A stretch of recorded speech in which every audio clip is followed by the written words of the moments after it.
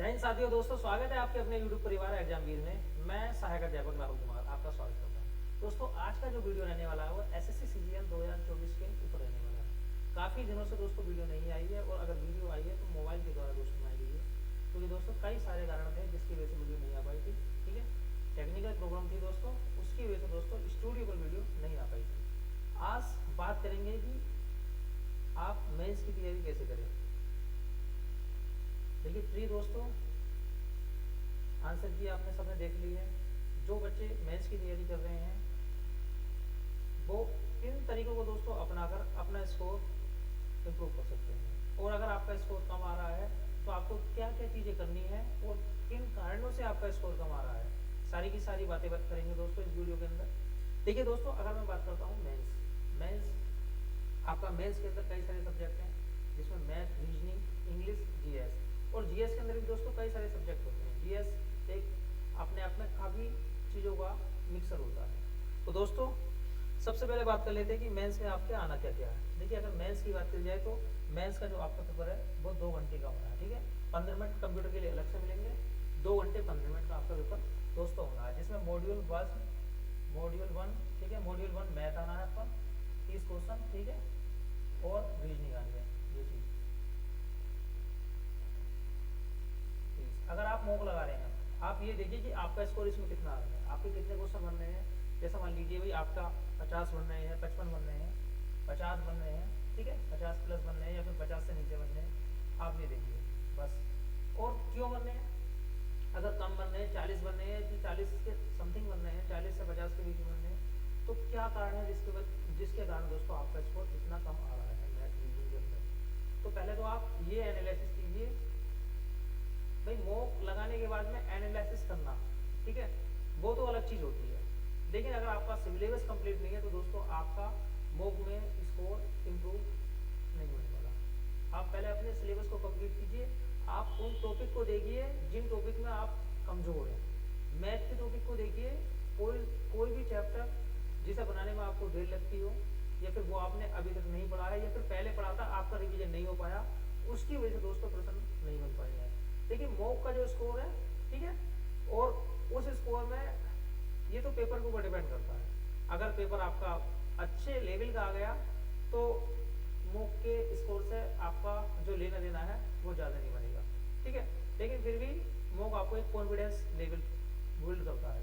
अगर आपका मॉक में स्कोर अच्छा आता है तो आप पॉजिटिविटी हमेशा सकारात्मक जो ऊर्जा है आपकी वो बनी रहती है, और आप अच्छा हमेशा करते रहते हैं, ठीक है। तो अगर आपका मॉक का स्कोर कम है तो आप डीमोटिवेट नहीं होना है, आपको अपनी कमियों पर काम करना है। जैसे भाई मैथ के अंदर मैंने आपको बताया कि जितने भी चैप्टर है आप उन पर काम कीजिए, रीजनिंग के अंदर आपके जितने भी टॉपिक है उन पर काम कीजिए, उन्हें अच्छी तरीके से पढ़िए, चैप्टर वाइज पढ़िए, किसी भी टीचर से पढ़िए, आप कहीं से भी पढ़ सकते हैं, आप XYZ, ठीक है। जब तक आप उन कमियों को पूरा नहीं करोगे आप उस टॉपिक के प्रश्नों को बिल्कुल एक्यूरेसी के साथ सोल्व नहीं कर सकते, ठीक है। एक्यूरेसी के साथ सोल्व करने के लिए आपको प्रत्येक टॉपिक को, जिस टॉपिक में आप कमजोर हैं उस पर अपनी पूरी की पूरी जो कंसंट्रेशन है, पूरा का पूरा आपको ध्यान लगाना पड़ेगा, ठीक है। अदरवाइज आप निखालिस मॉक के सारे सोच रहे हैं कि मैं मॉक लगाता रहूँगा, आपका सिलेबस कंप्लीट नहीं है, आप काफ़ी सारी चीज़ों में कमज़ोर है, आप बेशक हल्के हल्के मौकों में अच्छा स्कोर कर जाएं, लेकिन पेपर के अंदर आप अच्छा स्कोर दोस्तों बिल्कुल भी नहीं करने वाले हैं, ठीक है।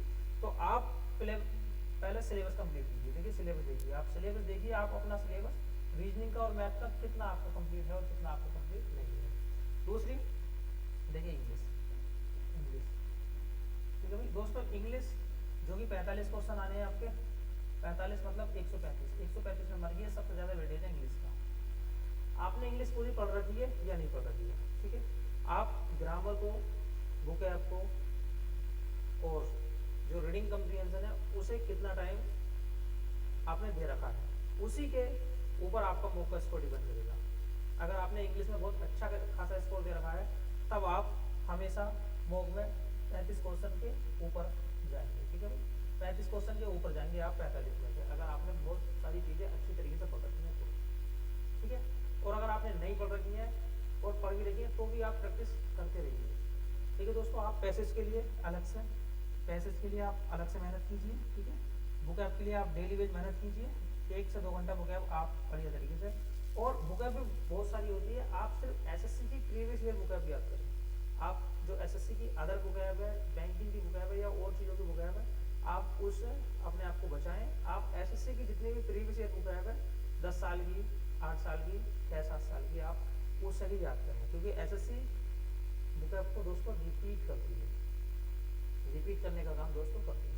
आप अदरवाइज ऐसा नहीं कि आपने कोई सा भी सोच खा लिया और आप उससे बुकअप करने लगे, वो चीज़ दोस्तों आपको नुकसान देगी। आप सिर्फ और सिर्फ प्रीवियस ईयर की किताब, ठीक है, जो प्रीवियस ईयर की बुक है, जैसे मान लीजिए 10,000 क्वेश्चन आपने बुकअप याद कर लिए, वो आपके लिए बेनिफिट है। आप बार बार उन्हीं क्वेश्चनों को, उन्हीं चीज़ों को बार बार दोस्तों रिवाइज करते रहें। बाकी देखिए ग्रामर, ग्रामर आप ग्रामर पढ़ सकते हैं किसी से, अगर आपने नहीं पढ़ी है, ठीक है। आपका जो प्री है वो मतलब लगभग में निकल रहा है, क्योंकि प्री का जो स्कोर है जुड़ने वाला तो है नहीं दोस्तों, ठीक है, लगभग में निकल रहा है, मतलब जितनी कट ऑफ लगेगी उतने नंबरों से निकलेगा। तो आपकी कई सारी चीज़ें दोस्तों कमजोर होंगी, या फिर आपने काफ़ी लंबे समय से रिविजन नहीं किया होगा, ठीक है।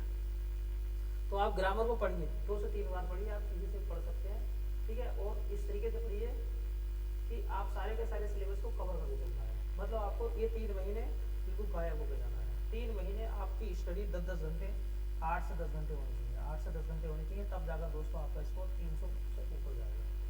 3 महीने आप बिल्कुल एकदम अपने आप को एकांत कमरे में बंद कर लीजिए, बिल्कुल साइलेंट हो जाइए, एक एक टॉपिक को देखिए, ठीक है, तब जाकर दोस्तों आपका सिलेबस कंप्लीट होगा और सिलेबस में निखार भी आएगा।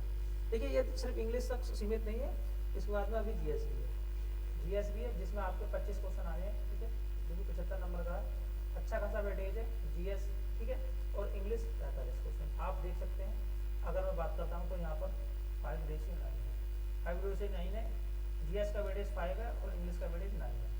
मतलब इंग्लिश दुगने के समथिंग है, जीएस आधे के समथिंग है। तो जीएस को आपको बिल्कुल भी नेग्लिजिबल नहीं करना है। ऐसा नहीं है कि जीएस को आप छोड़ देंगे, आप इतना कर लीजिए कि जीएस में आप 15 क्वेश्चन के समथिंग में इसको बना पाए, ठीक है। आप जो जीएस स्पेशल बैच है उन्हें ले सकते हैं, मोटी मोटी चीज़ें याद कर सकते हैं। करंट अफेयर को आपको जरूर देखकर जाना है, करंट अफेयर के 3-4 क्वेश्चन तो आपको मिले, पॉलिटी, ज्योग्राफी, हिस्ट्री और इकोनॉमिक्स, साइंस, ये चीज़ दोस्तों आप मोटा मोटा, ठीक है, जितना हो सके आप करके जाएं, जिससे आपको प्रश्नों को समझने में और बनाने में आसानी दोस्तों होगी, ठीक है। अब देखिए कंप्यूटर की मैं बता देता हूँ आपको। कंप्यूटर के अंदर भी दोस्तों आपको अलग कट ऑफ लगनी है, ठीक है, जो कि 60 नंबर का है और 20 क्वेश्चन है। एक क्वेश्चन 3 नंबर का, जिसमें दोस्तों कट ऑफ आपकी 30 नंबर तक पहुँच जाती है, ठीक है। और मिनिमम कट ऑफ जो रहती है वो 12, 15, 18 रहती है, 12, 15, 18। लेकिन आपको हाई जो कट ऑफ रहती है वो यूआर कैटेगरी की 30 नंबर के समथिंग में दोस्तों आपको मिलती है। तो कंप्यूटर को आपको जरूर टाइम देना है। कंप्यूटर में जितने भी चैप्टर वाइज है आप पहले उन चैप्टरों को अच्छी तरीके से प्रीसेट कर लीजिए।